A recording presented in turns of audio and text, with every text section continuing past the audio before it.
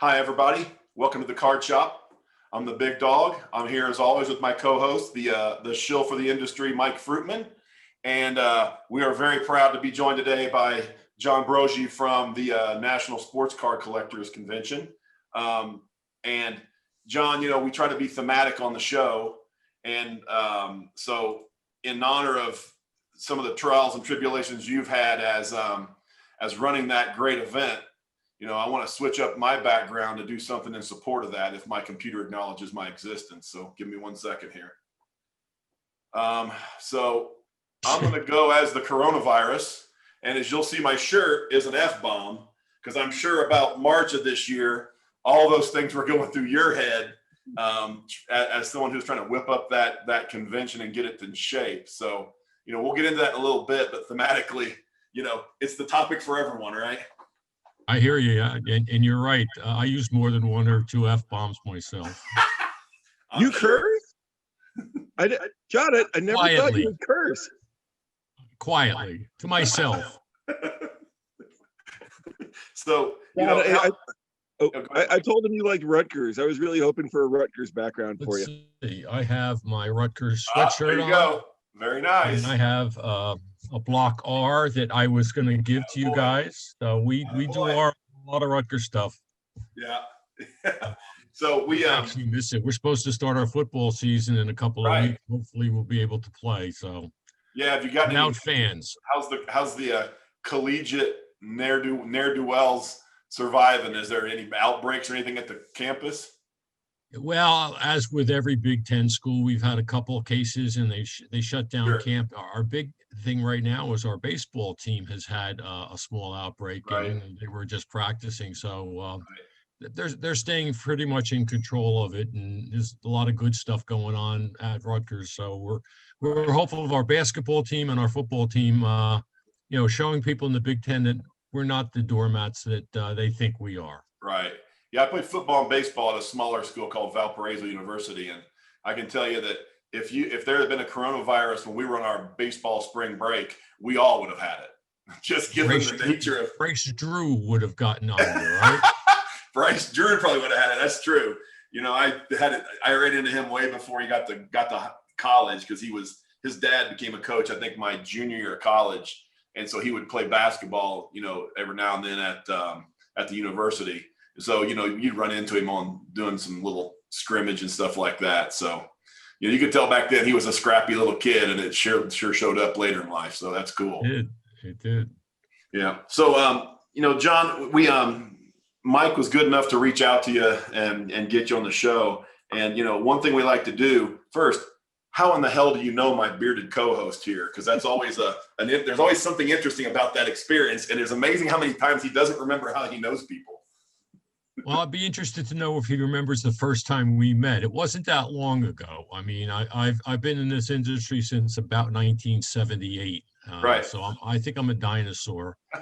But the first time I recall running into Mike was at the Hawaii Trade Show reunion in, I believe it was 2016. It was the Kit Young show out in Hawaii. And we had done all the older Kit Young shows in the 80s and 90s when he ran them out there, and did several of the industry summits in Las Vegas and in Dallas. But in 2016, my partner, Mike Burkus, had passed away in November of the previous year. And we just felt it was important for myself and his son, Dan, who's taken over Mike's piece of the National, to go out to the trade show again. And that's where I met Mike. Is that correct? Yes, sir. It's incredible. I mean, thanks for letting me. I'm not in the circle. I'm not going to overstate things, but thanks for always being approachable and thanks for. I mean, I don't know. I'm one of those guys who I'm not the young crop anymore, but I'd like to have reverence for those who kind of trailblaze the industry. I mean, the fact that Kit Young knows my name is still blows me away. So, thanks for and last year or 2 years ago, thanks for the time in the lobby, or a year ago, yeah. Thanks for the time in the lobby. I know it infuriated Ted Barker that I was missing a meeting, but I was getting John time, and that was more important to me than learning about something else that day. Well, we were happy we were able to get you to your first national ever. And I remember you coming up to me like a collector. And you said to me, look what I got. And you had one of the tickets from Woodstock, which was the day you were born. And you were just excited as anybody could be finding a collectible that you never thought you'd find. And I enjoyed that. And I was happy to have you come out there. And as I said, every national that we're at, you're my guest. If you want to be out there, you're there. So, John, I give you much credit. I'm So not paying for his airfare, though. Right? Denver's tough. Yeah, last year was the first national that I'd been to. I think I'd been to one a lot, earlier, but not of any significance. So last year was the first one I really leaned into it. And the cover of our podcast we do, that's Mike and I at the bar the night before we went to the national. And like our podcast kind of got started that night talking through it and saying, hey, we should go do this. And that picture came up and it was just, it's the right thing. So much credit to you for getting him there. It says a lot about you that you could convince him, because as you know, he probably had a lot of people throwing out the rope trying to pull him in, and you were the one able to get it done. So kudos. I was just happy to have, we love people who like the industry and are supportive of the industry, and that's what we attempt to do. And Mike is certainly one of those people. Right. Yeah. So give us a little overview. Just how did you start out in the industry? I think I know the answer, but given Mike and I's conversations, but I'm thinking it's probably a pretty long and involved participation. Yeah, it'll go on a couple of minutes, but I'd been a stamp collector all my life, and way back in about 1977 or 78, my wife, as a sort of a Christmas gift to me, bought me a space at a flea market, a local flea market, and said, why don't you go in and sell your stamps so you can have extra money to buy more? And I did. And I did that for a couple of weeks. And someone walked up to the booth with a box of baseball cards. Now, this is 1978, no Sure. price guides, nothing like that. So I was going to say to the guy, I don't know anything about this. I don't buy those. And my two boys, John and Jeff, who were at the time 9 and 7, said, Dad, we got to do this. We got to do this. And I said, all right. And I bought the box of baseball cards. And long story short, we were actually hooked by that. It was the infancy of the surge in card collecting in the United States. And we just grew from there. I looked for a local show, and shortly thereafter, I did my first national, which was Parsippany in 1984. Following year, I flew out to the place where I met Kit Young in 1985 at the Disneyland National, run by Mike Burkus and his partners then. Met Kit. He bought more cards from me in my room before the show started than I had sold the previous year. So it snowballed after that. I had a local store in Highland Park where I live, ran that for 15 years, and then they got involved with the national along the way. I had been an exhibitor for years, and then wound up being asked to be part of the national when Bob Beyer and others were involved with it. So the rest, as I say, is history. I've run the national. I ran the national with Mike from 2006 until he passed away after the 2015 show. And I've run it with his son, Dan, the last several years. And it seems to be growing better and better each year. I think I'm very lucky that we've got the right combination of things. Yeah. It's a once a year show. People love it. And we attract all segments of the industry, which I think is really important. Yeah. Having walked around last year, last year was I went with absolutely no plan to buy any cards. My plan was to get eye candy left and right. And I think I spent half my time there taking pictures of things and sending them to other people that I knew because it mattered to them. I actually found a guy had a recording of all of the championship game from the year the Eagles won the NFL championship. And this guy's a lifelong. This guy is 68, and he has that season tickets to the Eagles his whole life. I bought it and sent it to him, and he goes, "Man, I sat down with my sons, and I had a good cry watching that game." He goes, I didn't get to watch it with my sons at the time, and I just got to watch it with my sons." He goes, "So thank you." That's in my opinion, that's what really summarizes what that convention is and what this hobby is. I think you're right. You led me into one of the expressions we always use. You know, people say, "Well, what will I see at the National?" And my statement always is, if you're looking for something and you can't find it at the National, it doesn't exist. Let me tell you a funny story. Sometime in the 1990s, we were looking for additional sponsorship for the National and some other things that Mike and I were involved in. And we actually wound up bringing American Express in. And we said, this is the type of event that you guys should sponsor. Well, Right. long story short, they didn't. But Right. Mike is walking around the show with a big executive from American Express who was saying, you know, this is not anything for me. There's nothing here that I would be interested in. So Mike is walking down the aisle with the guy, pointing out things, and all of a sudden he turns around and the guy has stopped at a dealer's booth. And he's at the dealer's booth and he's looking, and he shows to Mike, "Look what I just bought. Mickey Mantle's American Express car." Oh my So God. if things don't exist, if you're looking for something and you can't find it at the National, it doesn't exist. So Yeah. I mean, it's that's the what we've collectors. said. It's the collector's version of the internet, right? There is a website for everything on the internet. And if you walk, I enjoyed walking around without anything I needed to get. And instead, it's kind of like going to the grocery store hungry. And there were so many things there. And I just kind of said, okay, here's a budget. Let's just not do more than this. And the experiences I could sell it was being shared by a lot. So, you guys have made that convention into, it's like an adult playland in a lot of ways. And just the memories flood you. And it's a great experience.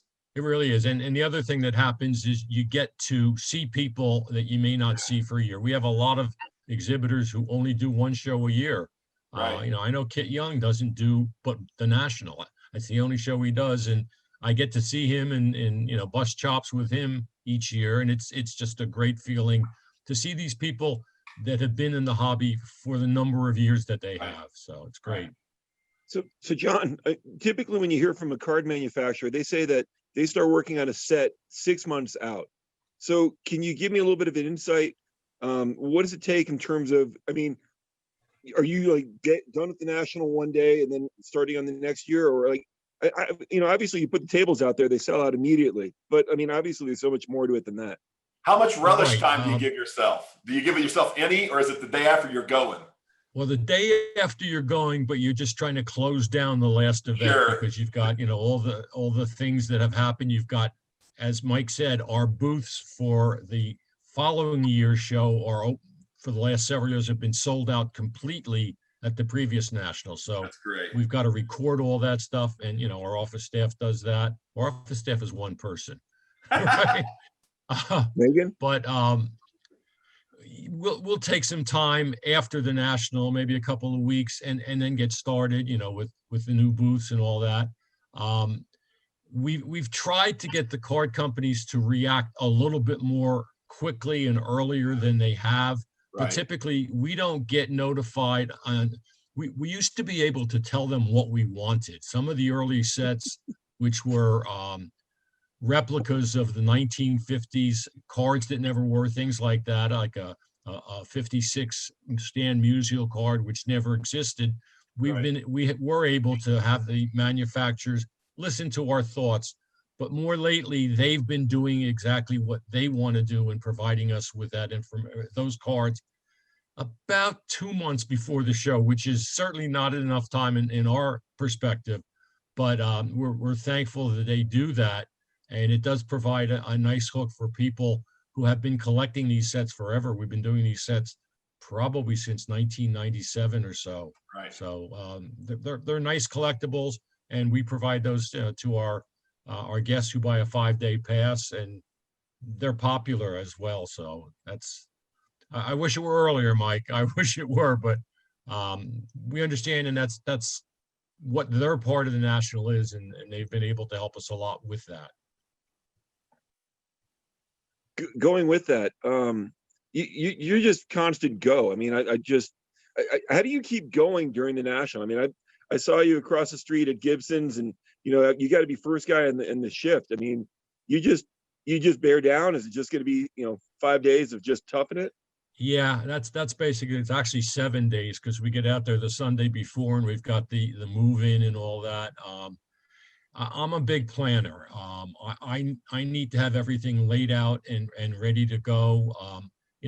It starts on that Sunday when all the shipments that have been sent to us by the variety of companies, Sure. that we hand out a lot of flyers for our sponsors. We hand out gift packages to our VIPs. We need to sort through all that stuff and get it ready. We have an assembly room that we open up on Monday with the same people who've been working with us since 2005. They assemble these packages and get it ready. We have our VIP party on Wednesday afternoon, which has grown so much bigger over the years. We look for extra space every year to be able to put that on. So it's like a 7-day run, and that's why I say when we come home, I do the bare minimum for a couple of days and then just crash. I remember the first national I ever did as an exhibitor that was an away trip. It was out in Anaheim at the Disneyland Hotel, and my wife came out there with me, and we worked from Wednesday to Sunday, and we were going to take Monday and do some sightseeing and travel. We had breakfast Monday morning, went out to the pool, sat down in the pool chair and said, okay, what do you want to do? And the next thing we know, it was dinner time. So it described every Monday in Las Vegas for me. Yeah, I've been there. The older we get, the more difficult it is. But we've got some good people who have taken over some of the things that I would normally oversee. So that makes it a little bit easier for all of us. Has it gotten easier? Has it gotten easier setting up and evolving it? I think so. We're to the point where everybody has a suggestion where they want the national. Mike will tell you the minute I post something on Facebook about, gee, the Cleveland location is closing and we're looking for places. I've gotten suggestions to put it in Jacksonville. I've got suggestions to put it in somebody's basement. How about you run it in my basement? This way I'll be able to come and I won't have to travel that far. But there are so many requirements that people aren't aware of that the national has. For example, we need 400,000 plus square feet. The minimum we can run the event in is 400,000 square feet. Very few hotels or ballrooms or convention centers have that much contiguous square footage. So we also have to have a load-in facility that allows our dealers to be able to do it. There's some convention centers that have elevators where you have to actually load in using an elevator. Would not work. We can't get 300 different exhibitors filling up 550 booths in and out of an elevator in one day. So there are a lot of requirements that people aren't aware of that we need. We need hotel rooms that are reasonably priced. So that presents a problem when we try to figure out where we're going to move the national. We're in the process now with Cleveland being out of the picture of looking for another site that we can use on a semi-regular basis. It's best to have a rotation of locations. Sure. And Cleveland fit the bill. It was a perfect building for us. It had 1 million square feet, believe it or not. Right. And we need to find another building like that will work for us on a regular basis. I'm pretty sure Mike's lobbing a thing in for Denver, and that would be exciting for him and me, and it would be exciting for Rob Veras because then he could actually drive a semi out to Denver and then haul home all the cards he buys every year. So there's all kinds of benefits. Rob did that 1 year in Chicago. I'm sure. I was gonna say, if Veras comes out here with a semi, he's just gonna truck it up with all sorts of Coors Light. Rob's an amazing character, isn't he? He is. He's great. And next year, I'm going to try to invite myself to the section where he and Jim Beckett hit all the tables. I don't want to buy anything. I just want to watch. I just want to see it. It's kind of like Michelangelo painting something. I just have to watch that out. Yeah, I've known Jim for over 40 years now, thinking about it, since early 1980. And he's a character as well. great supporter of our event, by the Yeah. way. So, It's so John, what do you think?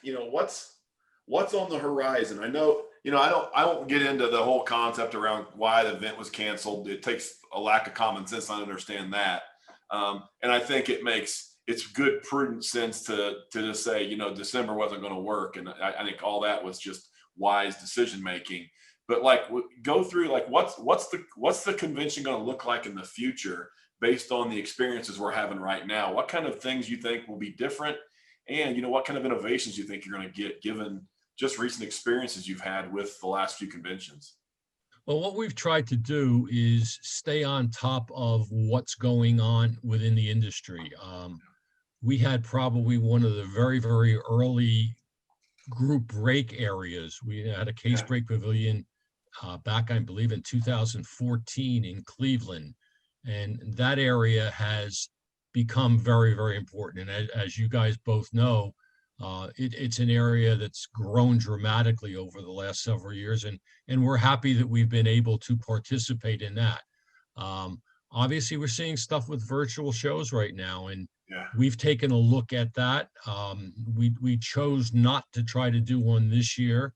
We postponed the show to next summer in Chicago, Right. hopeful that we'll be able to host it in the same manner that we have in the past. So if we find as time goes on that that's not going to happen, and that it'll be either a scaled down version or Illinois doesn't allow us to do what we need to do, we'll take a look at running something virtually and bringing in people that way. But from what we've heard, everybody wants the in-person experience that we provide, and I think it's important for us to try to maintain that, and that is our goal, that we get everybody back and everybody healthy and everybody enjoying Chicago and going out to Gibson's every night for dinner. I felt lucky. I could go on a while about Gibson's, right, Mike? Oh my God, that carrot cake. One of my collectors was from Chicago. So I asked him if he ever went to Gibson's. He's like, oh yeah, I used to work not at the Rosemont one, but the other one. So a quick aside. I asked him, like, okay, so how long did it take you to get tired of carrot cake? He's like, I'm not tired of carrot cake at all. I bring that out every single night. Cream cheese frosting is never a bad idea. That's just a fact. And theirs is so good. Theirs is so good. So we go there literally. People say, well, where do you go to eat in Chicago? I say Gibson's. And they say, where else? I said, nowhere else. There is nowhere else. You walk across the street, and we stay at either the DoubleTree or the Embassy Suites right next door. And you eat, you go up to your room, you do whatever paperwork you have to do, and you do it all over again the next day. Yeah, the sliders at lunch were spectacular as well. John, one of the things I wanted to bring it up, and you alluded to it, was breakers. So when breakers first got brought to you at 2014 or before that point, was that an easy sell, tough sell? I mean, for hobbyists, thoughts about when they came to you? Nobody really knew what it was. Apparently, Mike Burkus had been contacted by David Gelfman's group, and we were told that this is the next big thing in the industry. And we've provided some space for them. There were some logistical problems. They needed, obviously, some very high-powered internet access, and it created some problems, especially in Chicago, because they didn't have it at the time. So we went through a lot of growing pains to make it work. But we've seen how much and the other thing that they wanted to do, they wanted to do things at 11 o'clock, 12 o'clock at night, right, when our show is closed. Yeah. So how do we secure the rest of the show floor, right, when there's a bunch of people sitting in this area doing their thing, over the internet? So we've had some difficulties and problems getting it set up, but what we've seen is that it works for the breakers, it works for the manufacturers, and it works for attendees who couldn't otherwise make it to the show. So more and more we're seeing a little bit of these people saying, you know what, I want to get involved in the other part of the hobby, the mainstream of the hobby, and see vintage cards and things like that people have at their booth. So it's certainly been a nice addition to the National. And, constantly we're always looking for anything else like that that we can add to the show. A couple of years ago, we had an Olympic pavilion at the show during one of the Olympic years. We'd love to have them back, but they run a different type of show than we're accustomed to. So we haven't been able to get. Had them back twice, but I don't know. But we'll look at things like that to see what other aspects we can help get interested in the hobby. One of the biggest parts of the show now is the autograph pavilion and TriStar's involvement there. So, I mean, we were talking before we started today about Bob Gibson passing. I'm guessing he's been a guest. I want to talk to you about, get your thoughts on the autograph pavilion. Obviously, it brings so much to the show, but also at the end, maybe some guests you've had a chance to meet. You know, you're a collector, you're an enthusiast, and even though it's your show, I mean, there's some guys you've got to like have met where you're like, wait a second, hold on, this is pretty cool. You're absolutely right. I'm going to say this. Before Mike and I took over running the show in 2005, we had a variety of different autograph groups running the autograph pavilion at the National. I remember at the 1992 National in Atlanta, the guests were all being brought out late, and the customers standing there in line waiting to get autographs that they paid for were irate. I spent probably 75% of my time at the Atlanta show in the autograph pavilion trying to deal with customers who weren't happy. Sure. In 2005, when Mike and I took over, we looked at what we needed to do to make the autograph pavilion work. And you guys are both right. It is a big part of the National, and it's what we use basically as our biggest advertising hook, Right. the chance to meet and get signatures from these guys. We both agreed that TriStar Productions was the right company to do this. We've known Jeff since he was a kid attending shows in the industry, and we brought them on, and I have spent so little of my time in the autograph pavilion. It's been great. They've done, they're professional. They're beyond belief in the way they handle things. They bring in a great group of people, and the only people I've met that I really wanted to see and say hello to was Muhammad Ali, way back when, and you know, some of the people that you wind up with. You talked about the athletes, several athletes that passed away, as we were talking, you know, before we went live with this. We've lost a bunch of guys who were semi-regulars to National. Lou Brock, Tom Seaver, Bob Gibson, Gail Sayers. And it's unfortunate because these guys are getting to that age where we're no longer going to have them around. Right. And these are the guys that didn't make enough money in baseball. And this was a way for them to, you know, be able to live beyond the retirement money that the Major League Baseball Players Association got them. Yeah. And we're going to miss them. They were regulars at the National. People would always complain, oh, it's the same old autograph group. But you know what? They always sold autographs. They always had people who wanted to go up to them and hear stories. My big concern, and it has been for years, is once that group of people is gone, who are we going to get to sign autographs? You think we're going to get, you know, Manny Ramirez want to come in and sign autographs, or Mike Trout wanting to come in? Why would he come in unless you paid him so much money that you couldn't afford, you know, to charge people for his autograph? So that becomes a concern, and I'm sure Jeff will deal with that. I know he's constantly on top of that stuff. So I'm sure we'll have a great autograph pavilion every year we run the show from now forward. Well, last year, I mean, Mariano Rivera was one of the guys who showed up, and it was like, you know, the pricing aside, and first off, his autograph is worth it because he has the best autograph. Not as a Yankees fan, but his autograph is beautiful. Yeah. And you can actually tell whose autograph it is. As opposed to some of the others. Yeah, and it's gotten worse. The younger they get, the worse those signings are. And God love them. I'm sure they're signing thousands of things just by virtue of contracts they're signing. So, you know, it's hard to judge. But I think you're right, John. I think that, you know, it is going to become, I don't see Pat Mahomes with a $500 million contract rolling into a national sports car convention to sit at a booth and sign for a while. I think what you will find, though, is, you know, they're all going to have enough money but there's going to be some people that really do. I mean, I think they'll care about the fans. They care about the people who follow them. I think those people will do it. And what you'll find probably is those folks that aren't doing it for the money, they're doing it for the interaction and that feeling. That's probably going to, while it might not be the same players, I think the experience for the person that's getting something signed may be even greater because the people that are there on that side give a shit.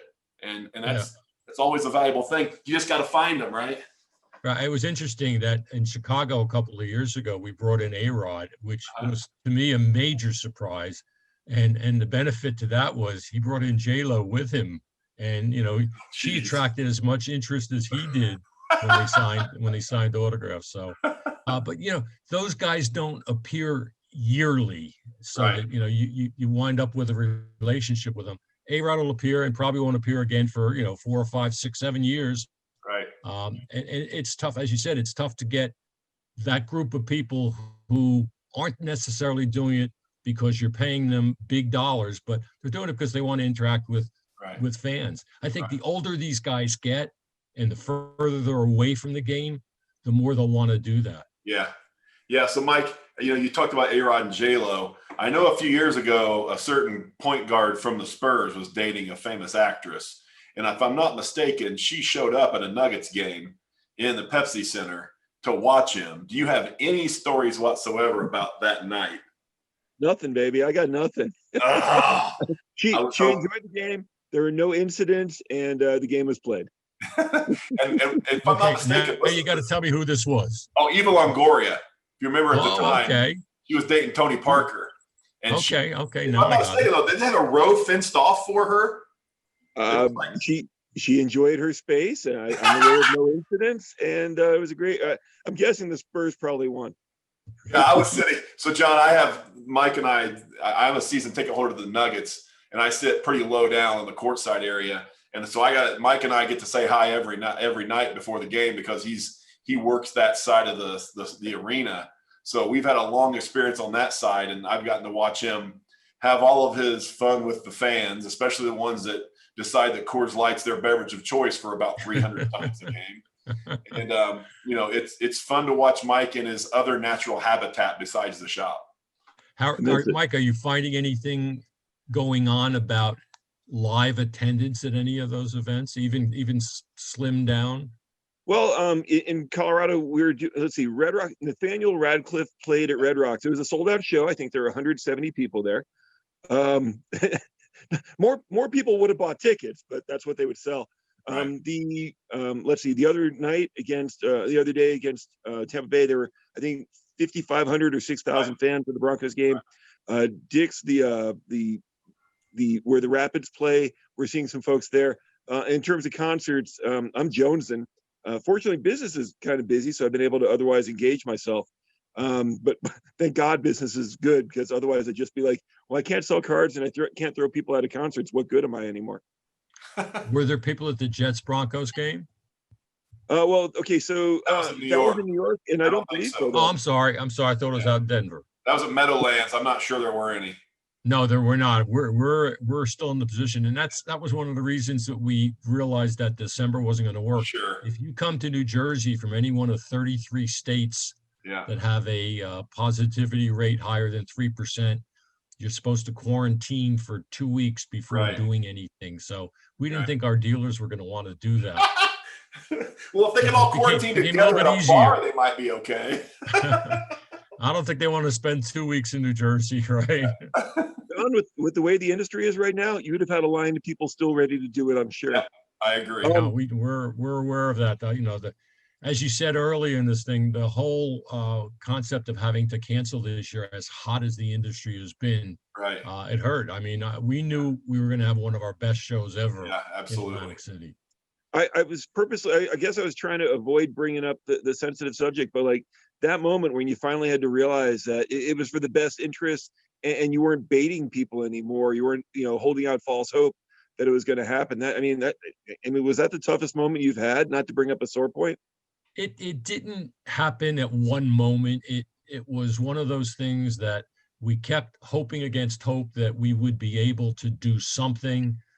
We actually had been in touch with the convention center regularly to see what other events were being held, if any. And it just became obvious after a while that nothing was going to, there weren't going to be any events with large crowds of people, and it just became inevitable. And once we got to that position, once we realized that, we'd been holding out hope that it wasn't going to happen, it became relatively easy. And then it became just a matter, how do you plan to make the announcement? And how do you plan to let people know what we can do for you? We've told everybody that every exhibitor, they can roll over any deposits they've made so that they're eligible to come into Chicago next year. We've done the same thing with attendees. We had just opened ticket sales, but had a substantial amount of tickets sold. And we've had a bunch of refunds by people who feel they can't go to Chicago, but we've told anybody who is holding a ticket that it hasn't been canceled, that they can use that ticket in Chicago next year. So the logistics are a little bit more difficult. Right now, we told everybody we needed to have their decisions by September 30th. We're right now in the process of reassigning booths for the Chicago show next year. How's the response rate been? Has it been as high as you expected?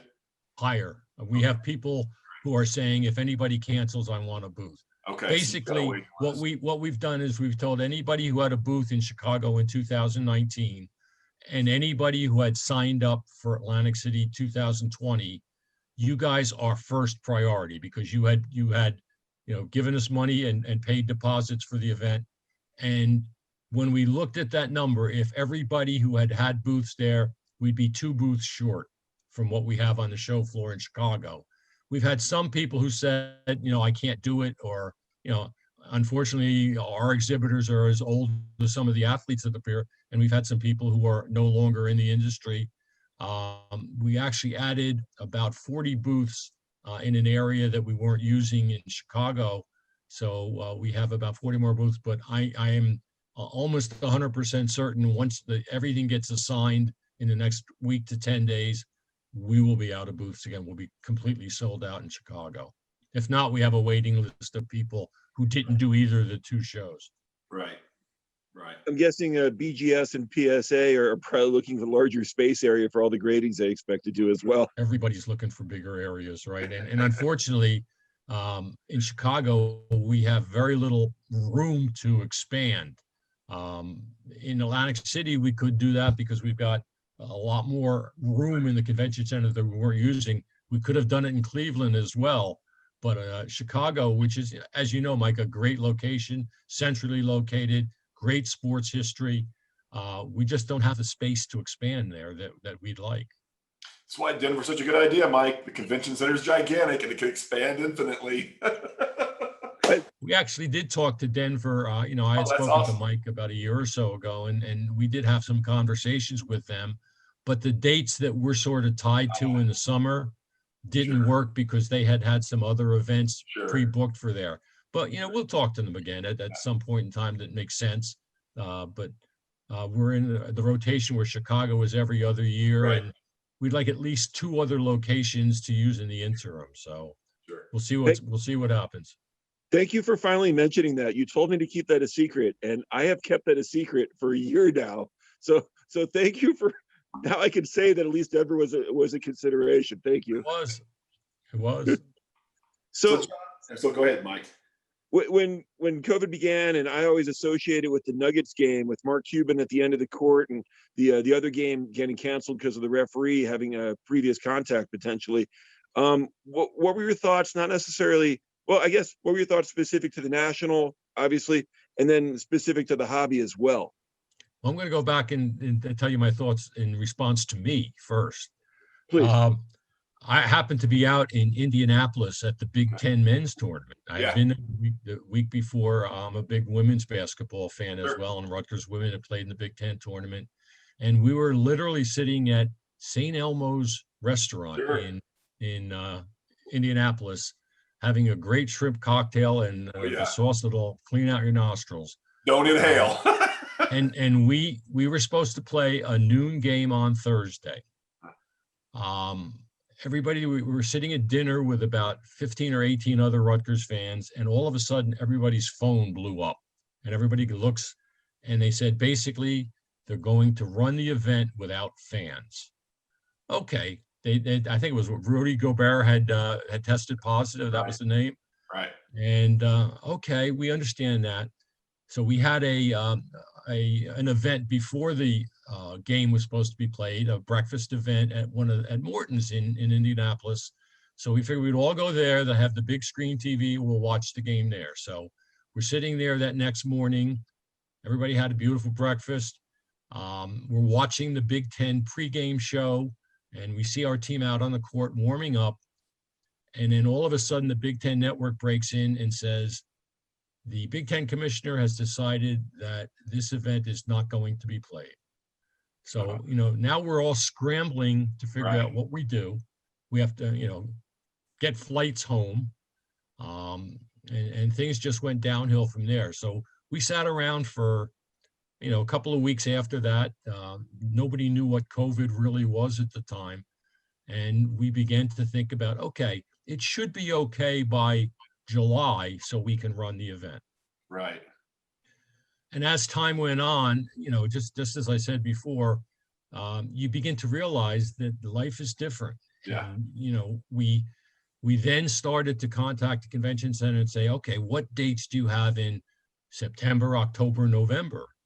And what had happened, because our event was not until July and we waited a little while, everybody who had events in March and April and May had already booked dates, in the early fall.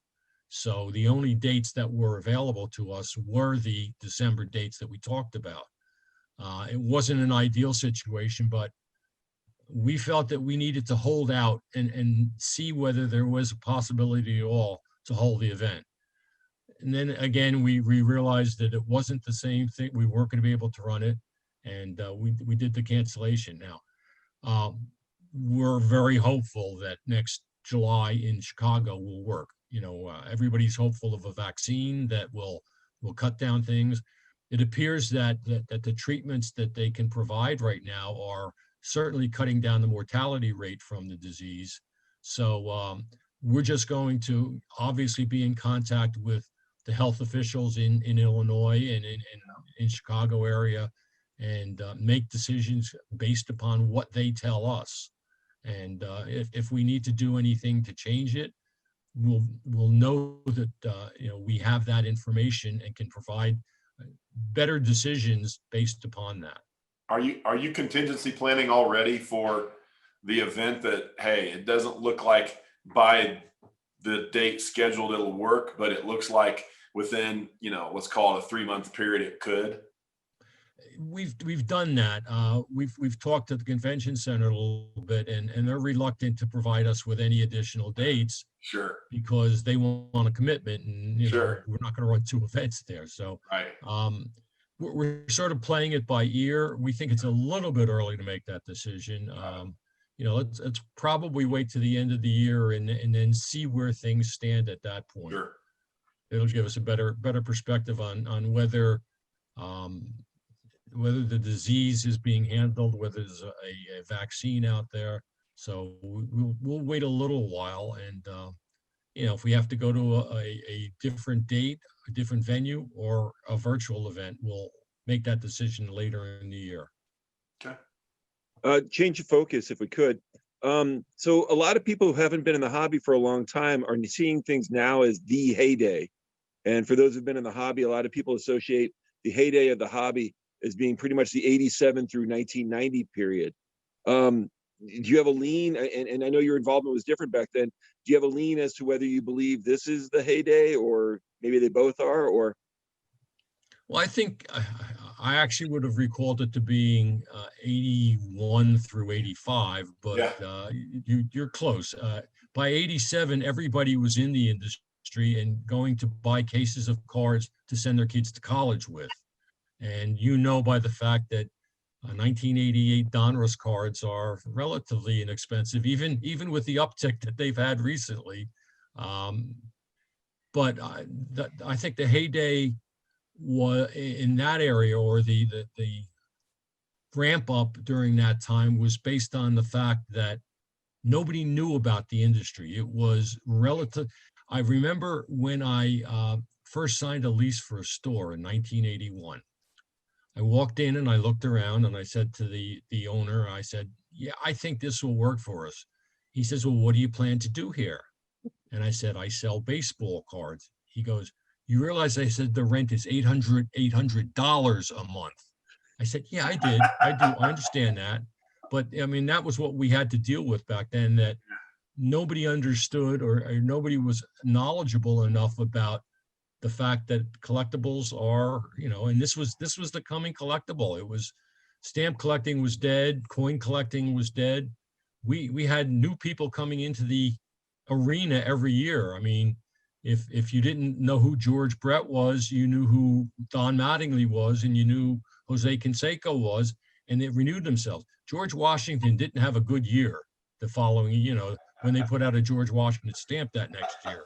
So I think that that was the original heyday, and we saw the down cycle in the late '80s, early '90s, where all the stores that had opened up in the '80s closed, and I think it was inevitable because this is a living thing. I mean, Mike Trout was a kid when I opened my store. I don't think he was alive when I opened my first store.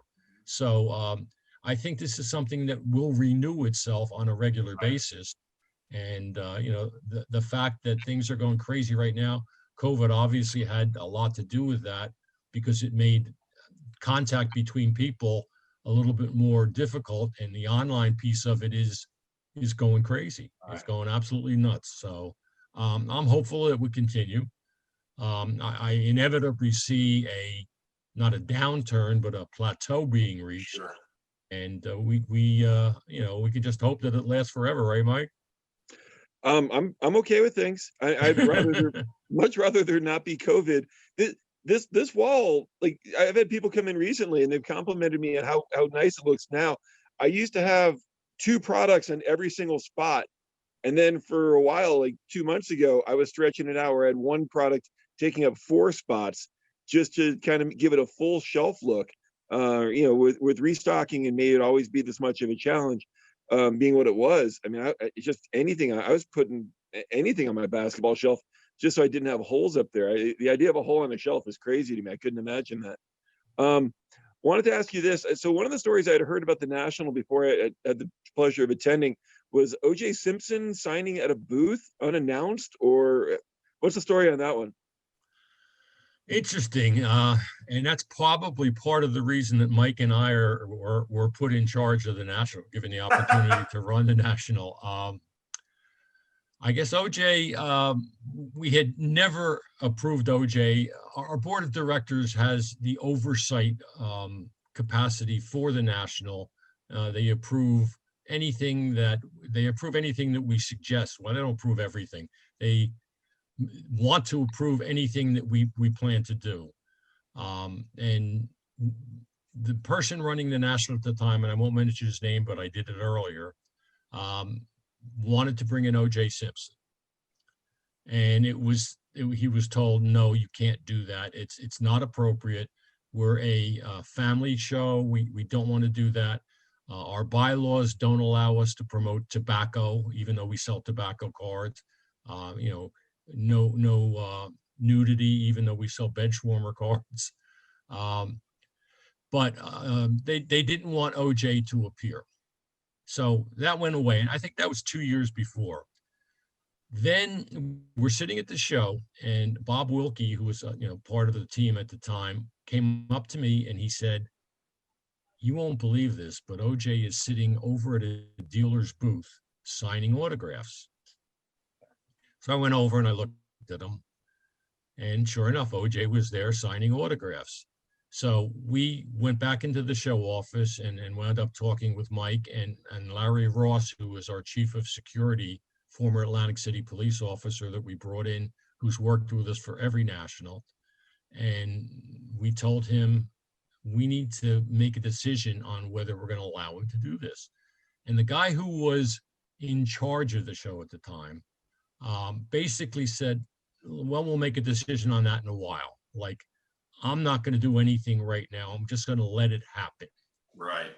So he delayed, and finally, Mike and Bob and I said, you know what, we can't do this. The board will be very, they'll be unhappy, and we can't do that. They're the people that approve everything we do.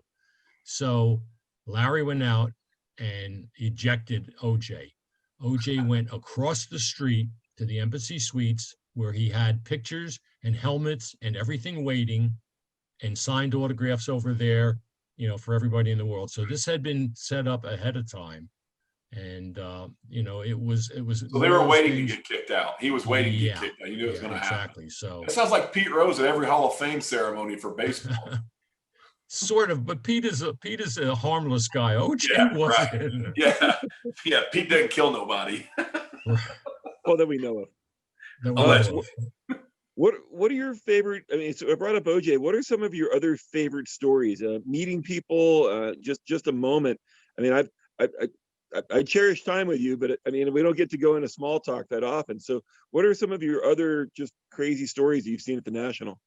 Well, that was most of the stories I have are with our staff because we have fun. We had in Cleveland one year. I don't know, you've never been to Cleveland, but they have all these carousel type carvings around of horses and other type of animals. And each of us would try to ride on one of those and get a picture of somebody riding on one of those. And then what happened was one of our staff had a hand truck slip, and he went down under the hand truck. It fell on him, didn't hurt him. We posed everybody in hand truck accident pictures that week. So, and as I said, meeting Muhammad Ali was just awesome. I mean, he is a class guy. I got a picture taken with Joe Namath, who I wrote a speech about when I was a freshman at Rutgers in college. So there's just so much stuff going on there that you enjoy being with everybody. Getting to see Kit Young. Kit calls me 3 or 4 times a year and we chat, but getting to sit and talk with him, just, one of the real cool guys in this industry. So I like doing that and getting to meet people like you, Mike. Thank you. So I don't see much in the background there. So what's in, obviously anything with a red R on it is going to be in your collection. So what's your prize piece, and what is your dream Rutgers piece other than the sign at the university, perhaps? Well, I could walk like right across the hallway here to my Rutgers room, which I probably should have set up in, but I'll show you one piece. Hang on. Oh, you're doing that.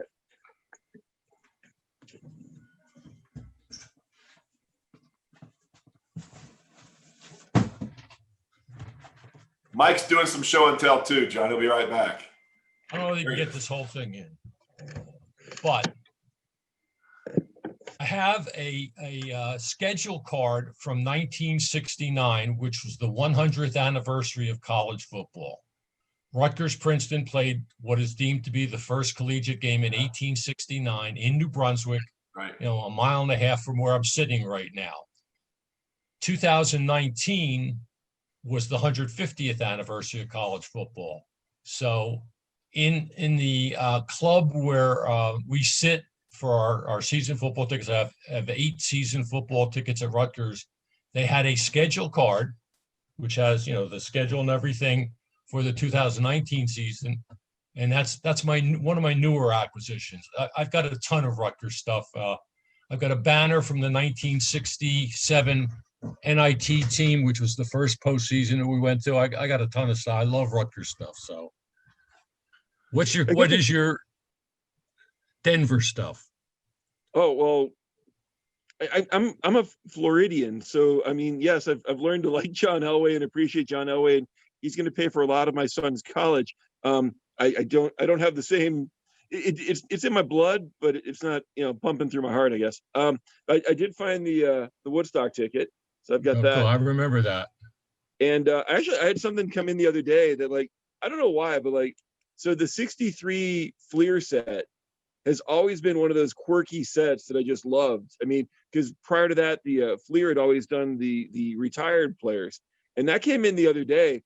And I was like, oh, great, I bought it for this much. I'm like, no, you've always wanted one of those. Keep it. And I mean, it's at some point, it's nice to not have it be about the money, where it's about the enjoyment of it. Where, you know, as I shared, I was on the other side of the table, and I need to do that more. And Do really, you know what that set came with?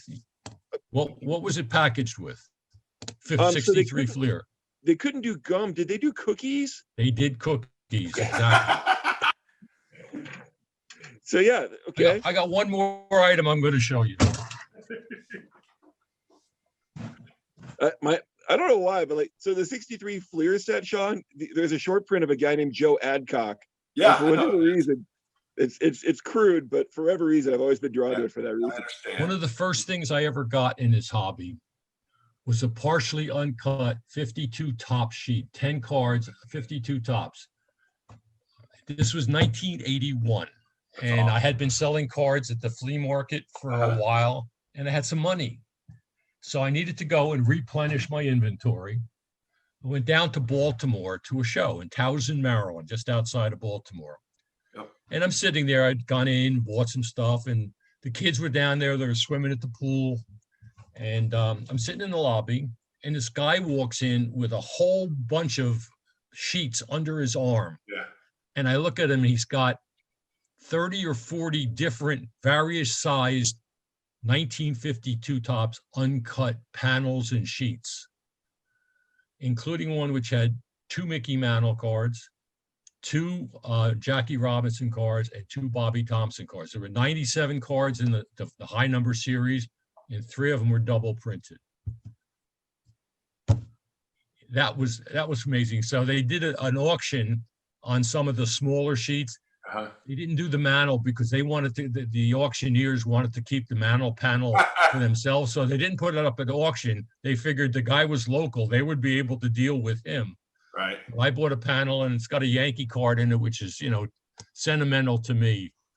So that's 1981. That's a while ago. That's amazing. Those panels, people don't get it. They think of those, and they think of the 1981 hoop basketball cards. Right. The Bird, Magic, Irving. I'm like, no. Right. That's just 3 cards, mini cards. An uncut panel is, I mean, you don't see them that often anymore. Yep. That's tremendous. Yep. So John, as a shop owner, one of the things I'm fascinated with now is the amount of people who are opening up shops. They all think it's easy until they do it. But what was your moment when you realized that it was? Now, did you sell your store, close it? What was that moment? We closed it because I'd gotten an offer to work with the National. Okay. All right. Okay. So it wasn't like a sad thing. It wasn't like 1990. I'm trying to think of the bad years, but okay. 94. 1996 was when we closed, and it was one of the bad years. We closed it, but we weren't going to be open much longer anyway, because things had really started to go south at that point in time. I know you've shared some great stories about the National. Do you have a specific Mike Burkus story that you like to share? Wow. Or do you want to just go for another hour? Or No, another hour would be too long. There's a lot of Mike Burkus stories. Every time we would set up to go make a presentation to a company, he would say, "Now I want you to take the lead in this one." So, you'd prepare yourself, you get your thoughts thinking, and we walk in, and he would, say hello to everybody, and you'd start your presentation. Mike would say, well, wait a minute, let me, and then take over totally. And he knew what he was doing, and he didn't do it intentionally, to make you look bad. He just was that great a salesman. I loved, being with Mike. He just was one of the greatest guys. We sat on a beach in Hawaii. We talked about our kids. I mean, I probably met Mike in 1991. I'd known of him before that, but I got to know him, after that, and we became really good friends. When I got the notification that he passed away, I lost a friend. I really, the National hasn't been quite as much fun for me since then, because, we get on the phone and we talk about the event, but then we talk about other stuff. I mean, He was a big Anaheim Angels fan, and he always said to me, I envy you with your connection with Rutgers, because I tell him about all the different things we do and the places we go, the games we go see. He says, I got to come and see a game with you. And he never did. I was upset about that. So, but he just envied the fact that I had that connection with something that was part of my past. The other thing was, whenever we traveled, we'd have to go to the oldest restaurant. He'd go to a phone book and he'd look up the oldest Italian restaurant in the area. And we had to go to that place. We were to some really, really weird places. That must have been before Google. That must have been a bit of a challenge. Yes, it was. Russ. And that was the other thing, was he never needed a map. He was always the navigator, often the driver. And he could not stand sitting at a traffic light. His best line was, "This is a world-class traffic light." Mike was a great guy. We had our disagreements. I mean, I will tell you that we did not always agree on how things should be handled. He always went for the home run, and I'm a good singles hitter. I'll take 3 singles to score a run rather than waiting for the home run. Right. But we were able. I finally reeled him in when the two of us were, left running the national, and I said, if you come up with an idea, you got to make sure that it works, because he would sit back and say, why don't we do this? And then never worry about any of the details that had to make that happen. I gave him that option one time and I said, that's fine, but you're going to do it. He's fine, I'll do it. Whatever it was, we never did it because he could not handle it. So I miss Mike a lot. I miss just chatting with him and having fun and talking, finishing a decision on the national and then saying, what are you doing this week? So I'll never have a friend like that again in the hobby. I wanted to make sure we had a few moments where we obviously had talked about him. I don't believe I've ever had the pleasure of meeting him. If he had gone to an industry summit, I kind of hang out in my circle, and I wish, well, it's one of the reasons I wish I'd gone before. Yeah, you would have liked Mike. You and Mike would have gotten along well. Well, I don't like traffic lights either. How's his son? Is he a dreamer as well? Is he somebody that puts you at your paces? He's getting there. He's getting to the point where he understands this. He's understanding the scope of the national and coming up with a little bit more in the idea and with better ideas, bigger ideas. So it's hard. I mean, you don't walk into a giant's footsteps immediately. Right. But he's got the passion, and that's part of the fuel. Yeah, he does, and he'll learn as time goes on. So sure. It appears he has a good teacher beyond just what his dad was to him. So it's not too bad of a thing to have around. Yep. I enjoy it. I know we've got a few more minutes. I know we don't really have a clock since the Steelers have this weekend off. Sorry, Sean. But I want to make sure I put this in there. The industry is at, I believe, and I think we're $1 billion industry, and I can't believe that we wouldn't be right now. And a lot of that goes to the manufacturers making compelling products. Goes to collectors stepping up, obviously, and their enthusiasm is pushing it. Card shop owners who are out there doing this literally on a day-to-day, feet-to-feet basis. But so much of the credit of where the industry goes right now is to having something we can point to every year and saying, look, we're legitimate. There's a national. This is a real thing. When I met my future father-in-law, I told him I sold cards, and much like yours with the rent, he asked me if I owned a Hallmark store, and I had explained that sports cards and he wasn't sure. I don't think he was really happy that his daughter might be marrying a Hallmark store owner, and less so that she married a baseball card shop owner. But specifically, so much of where the industry is right now is because of the national. It's the opportunity, it's the connections that are made there. Yes, the business that's done there, that people are able to, as a guy who does card shows at my store, at least I used to, I love them the day of, but I hate the week leading up to it where I had to do all the prep and clear off the tables and find a place for us all to fit.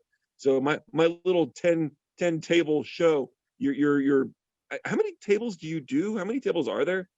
think we have 557 in Chicago this year. And that's not tables, That's not including corporates. Corporates are a whole nother 80,000 Own stuff. square. Yeah. I just want to make sure that I shared my appreciation for so much of where this industry is Yes. due to your efforts, Mike's efforts, the efforts of Megan, everybody else as part of your team. Hopefully people appreciate that. Where so much of where we are right now is because of your direct involvement in making things happen. Last year, I was fortunate enough to get representatives from each of the manufacturers before the show opened to meet with card shops owners, and that's something that wouldn't have happened if it wasn't for your event. So it's not just the national; it's all the things that lead up to it. It's all the after meetings, the trading night that has grown. It's almost seemingly as big as the event itself. But so much of what I'm enjoying right now, so much of what other people are enjoying right now, it's because of your direct efforts. I just wanted to make sure I shared my appreciation of that. Well, thank you for that. And I'll go back and tell you that it's all the people who have continued to be a part of our show. We're hopeful of holding our 41st national in our 42nd year. Right. And it's truly that we have 5 or 6 people who have done every show, which is really amazing. And the fact that they continue to support this, they continue to accept any changes that we try to put in. We bring in a large autograph pavilion, which in the old days people would have said that detracts from my selling cards. We bring in a lot of the manufacturers who provide a venue for people who don't collect vintage cards to be able to come in and talk with them about new product. We bring in the case break pavilion, and people have been accepting of that, which I think allows us to do the things you've talked about. It allows us to make sure that the manufacturers have a reason to be there every year, to hold their meetings, that PSA can have a luncheon every year for all their big submitters. It is an industry event which transcends any particular manufacturer or any particular sport. It's not MLB Fan Fest, or it's not the NBA All-Star Game. It's all of those things, and I think that's important to allow us to do what you said, to allow us to be inclusive of all aspects of the industry. And I think that more than anything, and the fact that we've been able to do that is what has allowed the event to continue and be as successful as it has been. So. John, Mike would have said, "That's my story, and I'm sticking to it." Sean, you want to do the close up or the 5 minute?